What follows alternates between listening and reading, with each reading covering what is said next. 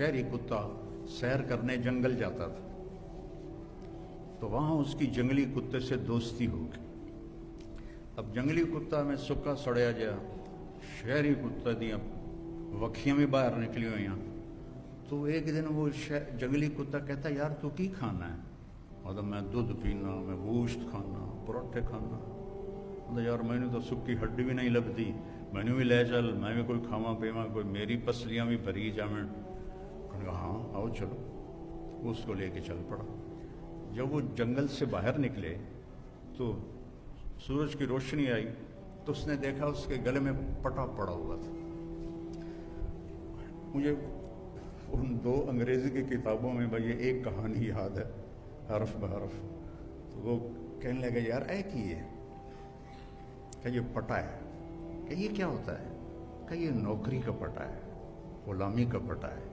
मैं एक बंदे का नौकर हूँ, गुलाम हूँ, पैरा देता हूँ, फिर वो मुझे दूध पिलाता है, मुझे गोश्त खिलाता है।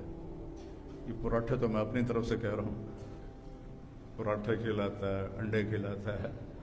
तो वो जंगली कुत्ते ने ना कहा, भाई तेरे पराठे तुझे मुबारक, और मेरी आज़ादी की भूख मुझे मुबारक।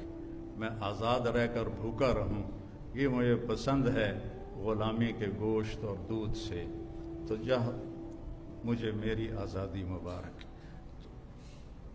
हम आज़ाद नहीं हैं, 57 मुल्क हैं, आज़ाद नहीं हैं। सब यहूद व नसारा के हम ग़ुलाम हैं, और हमारे जितने हुक्मरान हैं ये नौकर हैं उनके, ये उनका दम भरते हैं, ये उनके आगे हाथ जोड़ते हैं। तो ये सिर्फ अल्लाह के नबी वजुल ज़ुल्ल वस्सगार अला मन खालफ अमरी, जो मेरे तरीके को छोड़ेगा वो ज़लील व ख्वार होकर रह जाएगा। तो सिर्फ अल्लाह के नबी की ज़िंदगी को छोड़ने का नतीजा है कि अल्लाह ने हम पर ज़िल्लत की चादर चढ़ा दी। इज़्ज़त तो ख़ज़ल फ़ई उदु वाला, जब हुकूमत के हुक्मरान